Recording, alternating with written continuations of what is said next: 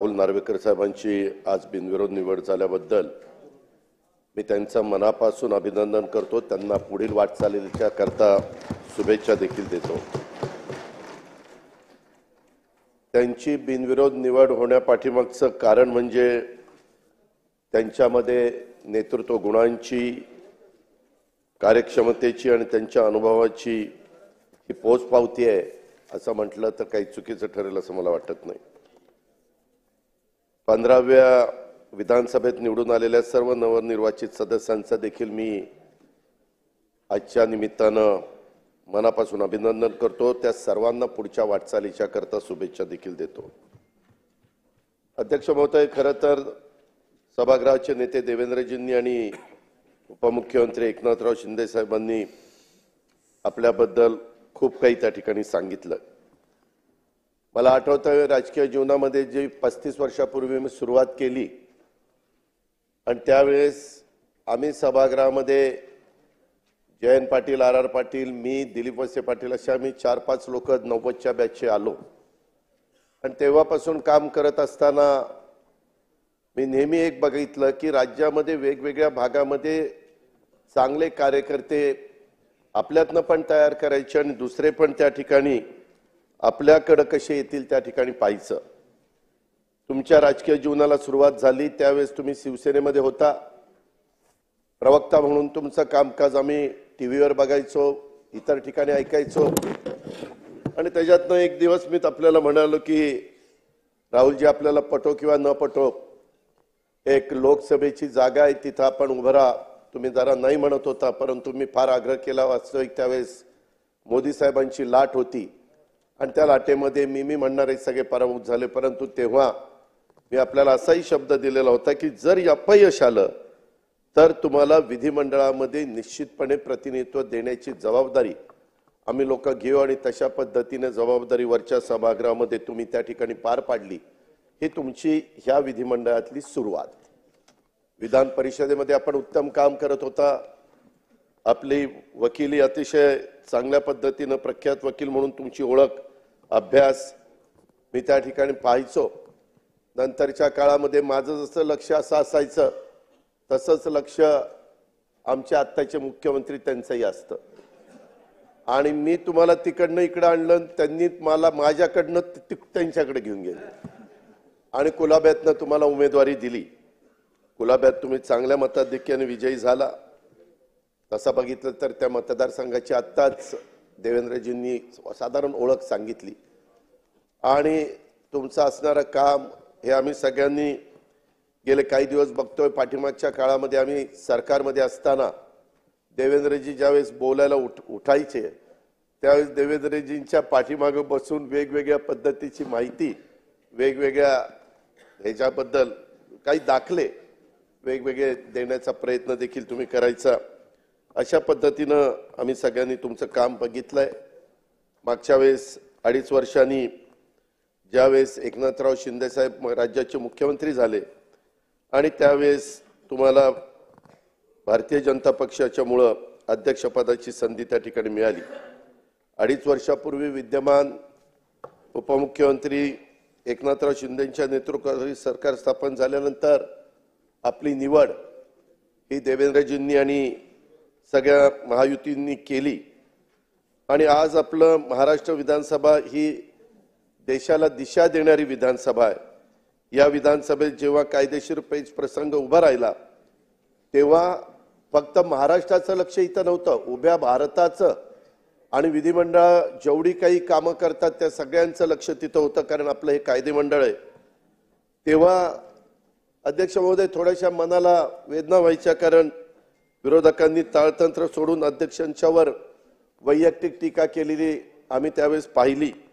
पण अशा काळात देखील आपण आपला संयम न सोडता कायदेशीर प्रक्रिया पूर्ण करून ऐतिहासिक निकाल या बाबतीमध्ये दिला आणि आपण दाखवलेला संयम हा महाराष्ट्राच्या विधानसभेला परंपरेला साजेसा अशा प्रकारचा होता। आज या प्रसंगी बोलताना मला कुठलं राजकीय भाष्य करायचं नाही, परंतु मागील काळात एक नाही तर 2 राष्ट्रीय पक्षामध्ये त्या बाबतीमध्ये फूट झाली आणि हा मुद्दा संविधानिक होता, न्यायिक होता, संवेदनशील होता, परंतु आपण त्याचा फार बारकाईने अभ्यास केला, जसा उल्लेख सुरुवातीला मुख्यमंत्री महोदयांनी केला। आणि एक निष्णात वकील असल्यामुळे आपल्याला न्यायालयीन प्रक्रियेबद्दल दांडगा अनुभव होता आणि अनुभव आणि कायदेशीर विद्वत्ता यामुळे आपण अतिशय कौशल्याने हा विषय हाताळलेला सर्वांनी पाहिला। त्याच्यामुळेच आपल्याला याबद्दल जी कमिटी केली त्याचं अध्यक्षपद देण्याचा निर्णय लोकसभेच्या अध्यक्ष महोदयांनी घेतला। 14व्या विधानसभेचे अध्यक्ष ज्यावेळेस आपण निवड झाली आणि झाल्यानंतर आपण केलेलं भाषणामध्ये त्यावेळेस तुम्ही म्हणाला होता की the speaker has to speak less and listen more. गेल्या 2.5 वर्षाच्या काळात आपण हे वाक्य खरं करून दाखवलं, हे आम्ही सगळ्यांनी पाहिलेलं आहे।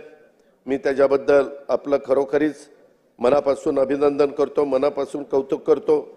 अध्यक्ष महोदय, मगाशी बोलत असताना एकनाथराव शिंदे साहेबांनी पण काही भूमिका इथं मांडण्याचा प्रयत्न केला। त्यावेळेस समोरचे म्हणाले की बाबा इथं अध्यक्षांचं अभिनंदन असताना हे मुद्दे कसे येतात, परंतु अध्यक्ष महोदय हे कायदे मंडळ आहे।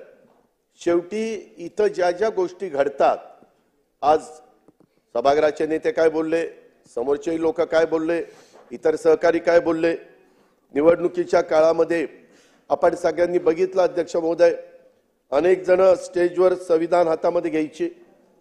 संविधान हातामध्ये घेतलं म्हणजे संविधानाबद्दल आदर वाटतो का? आणि जे संविधान हातामध्ये घेत नाही त्यांचा आदर नाहीये का? असं नाहीये। प्रत्येक बाबतीमध्ये संविधान दिनाच्या संदर्भातली सुरुवात आणि इतर दाखले हे मगाशी इथं दिलेले आहेत, परंतु सर्वांना संविधानाच्या बद्दल तरतुदी त्यांनी एकतर त्याच्यामध्ये नुसतंच हातात घेतलं। मगाशी तर एकनाथराव म्हणले शिंदे साहेब की ते कोरच होतं, त्या खोलात मला जायचं नाही, परंतु संविधानाच्या तरतुदी त्यांनी एकतर वाचल्या नाहीत असं माझं मत आहे, किंवा वाचून ते त्यांचं उल्लंघन करत आहेत असं त्याच्यामध्ये म्हणावं लागेल। अध्यक्ष महोदय, संविधानाच्या अनुच्छेद 188 मधील तरतुदीनुसार प्रत्येक निवडून आलेल्या सदस्यांनी त्यांचे स्थान ग्रहण करण्यापूर्वी शपथ घेणं हे आवश्यक आहे, हे आपल्यालाही माहिती आहे। शपथेवर बहिष्कार म्हणजे या तरतुदीचा सरळ सरळ भंग आहे। मला त्या दिवशी प्रेसने विचारलं पहिल्या दिवशी, अरे कोणी बहिष्कार घातलाय? म्हटलं आजच्या दिवस बहिष्कार आहे, उद्या जर नाही शपथ घेतली तर यांना सभागृहात बसता येणार नाही। उद्या गप गुमानी शपथा घेतील, काय काळजी करू नका, जरा कळ काढा।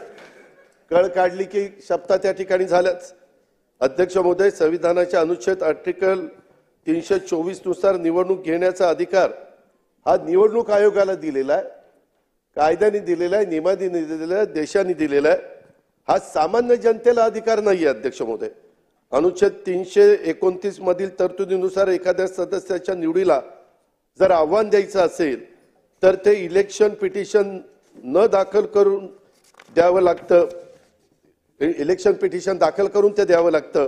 या संविधानातील मार्गाचा वापर करणं आवश्यक आहे।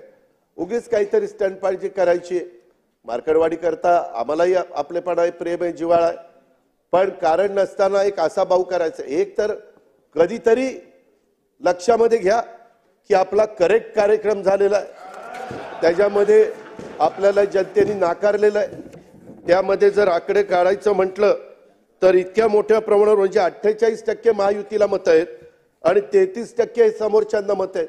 आता एवढा फरक असल्यानंतर दारुण पराभव होणार, तरी देखील काही ना काही आकडे, मी आज त्याच्याबद्दल जास्त बोलणार नाही, नागपूरच्या अधिवेशनामध्ये मी सांगेन, काही काहींनी सांगितलेलं आहे हे इतके मतं मिळाली आणि मग इतके निवडून आले आणि त्यांचे इतके मिळाले, ते सगळं मी दाखवीन, सभागृहालाही दाखवीन, सभागृहाच्या माध्यमातून महाराष्ट्रालाही दाखवीन। आमची बाजू खरी आहे, त्याच्यामध्ये कुठेही खोट नाहीये। जनतेने आमच्यावर विश्वास दिलेला आहे आणि या विश्वासाला आम्ही पण, अध्यक्ष महोदय, ज्यावेळेस 5 महिन्यापूर्वी लोकसभेच्या निवडणुका झाल्या त्यावेळेस महायुतीला 42 पॉइंट काही टक्के मतं होती आणि आघाडीला 43% मतं होती।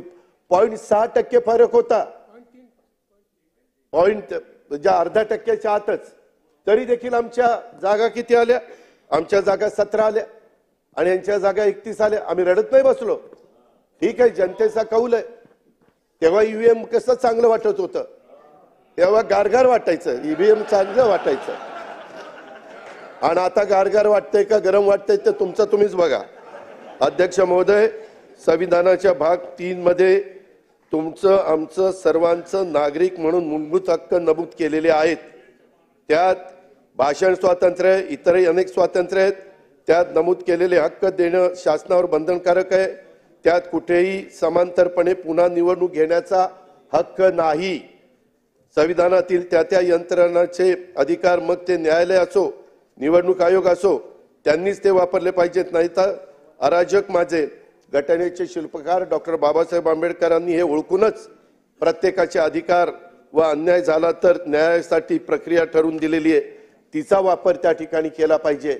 त्या प्रकारे न्याय मागण्याचा प्रयत्न अध्यक्ष महोदय केला पाहिजे. आज आपण ज्या पदावर बसलेला आहेत, मला एका गोष्टीची जाणीव आहे की सभागृहामध्ये संख्या जर बघितली, अध्यक्ष महोदय 62ला म्हणतात की 222 समोर सत्ताधारी पक्षाचे होते आणि बाकीचे विरोधी पक्षाचे होते. महाराष्ट्राच्या इतिहासामध्ये पहिल्यांदा 288 जागा निवडून देत असताना 237 आमदार महायुतीचे निवडून आले. 237. अनेकांच्या लाटा आल्या, अनेकांच्या लाटा गेल्या, परंतु इतकं निर्विवादपणे बहुमत कुणालाही मिळालेलं नव्हतं. अरे मान्य करा, आता कुठंतरी डोळे उघडा. लोकही म्हणतील की काय चाललंय यांचं, किती दिवस रडीचा डाव खेळणार आहे. खुल्या मनाने आम्ही जसं लोकसभेला खुल्या मनाने मान्य केलं आणि नंतर पुन्हा तिघांनी ठरवलं की आता पुन्हा लोकांच्या समोर जायचंय. आमदार तर निवडून आले पाहिजेत, सरकारशिवाय निर्णय घेता येत नाही. आणि त्याच्यातनं आम्ही लाडकी बहीण आली. लाडक्या बहिणीनं आम्हाला सगळ्यांना इथं बसवलं, हे लक्षात ठेवा. जे आहे ते आहे, मान्य करायला शिकलं पाहिजे. अध्यक्ष महोदय, एक गोष्ट खरी आहे, परंतु आता इथून पुढे सभागृहाचं कामकाज चालत असताना इतकं मोठ्या प्रमाणावर गुलाबी जॅकेट आज इकडे दिलंय, काय अडचण आहे? अडचण आहे? मुख्यमंत्र्याला दिलंय. आता तुम्हाला तुम्हाला कलरच कळत नाही, आता कलर पण विसरायला लागले. काय करायचं काय? 208 कलर विसरायला लागले. मला यांनी सांगितलं 208.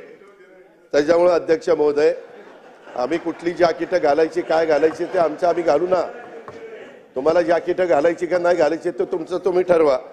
त्यामध्ये अध्यक्ष महोदय, इथून पुढं मुख्यमंत्र्यांनी सांगितलेलं ते खरं आहे. अध्यक्ष महोदय, खूप जण आम्ही तुमचं चेंबर बघायचो, आम्हाला ते चांगलं वाटलं, तुम्ही लगेच मुख्यमंत्र्यांचं केलं. नंतर आमच्या दोघांची केली, म्हणजे उपमुख्यमंत्र्यांची. पण बाकीचे म्हणतात काय आम्ही काय घोडी मारलीत का? काम चालू आहे इतरांचे. पहिला ग्राउंड फ्लोअर झालंय, आपल्याप्रमाणे माझंही काम चालू असतं. ओके, मग हरकत नाही. ते काम चालू आहे तर आम्ही कुठेही निधीची कमतरता पडून देणार नाही. अध्यक्ष महोदय, काही काही गोष्टी सभागृहातल्या लोकांच्या करता, सन्माननीय सदस्यांच्या करता ह्या झाल्या पाहिजेत. कधी कधी आपण लक्षात घेत नाही, परंतु मनोरा आमदार निवास हे वेळेमध्ये पूर्ण करण्याच्या करता ह्या बाकीच्या सगळ्या आमदारांच्या करता फार गरजेचं आहे. आपण अतिशय चांगला प्लॅन केलाय, त्याच्याबद्दल दुमत नाही अध्यक्ष महोदय, परंतु विक्रमी वेळेत ते पूर्ण व्हावं आणि लवकरात लवकर सगळ्या आमदारांना दोन्ही बाजूच्या चांगल्या दर्जाच्या निवासाची व्यवस्था त्या ठिकाणी व्हावी, अशा प्रकारची अपेक्षा मी या निमित्तानं या ठिकाणी करतो. एकंदरीतच आपली आज विधानसभेच्या अध्यक्षपदी बिनविरोध निवड झाल्यामुळं त्यांच्या व्यक्तिमत्वावरील सर्वपक्षीय विश्वासाचं हे दर्शन आहे. मी त्याच्याबद्दल विरोधी पक्षाच्या पण सन्माननीय सदस्यांचा, त्यांच्या गटनेत्यांचा पण आभार मानतो की ही निवडणूक बिनविरोध करण्याच्या करता त्यांनी पण मनाचा मोठेपणा दाखवला. निर्विवादपणे आपण निवडून येणार होता ही तर काळ्या दगडावरची रेघ आहे, पण तरी देखील त्याच्यात एक मनाचा मोठेपणा ह्या समोरच्यांनी दाखवला, त्याबद्दल मी त्यांनाही धन्यवाद देईल.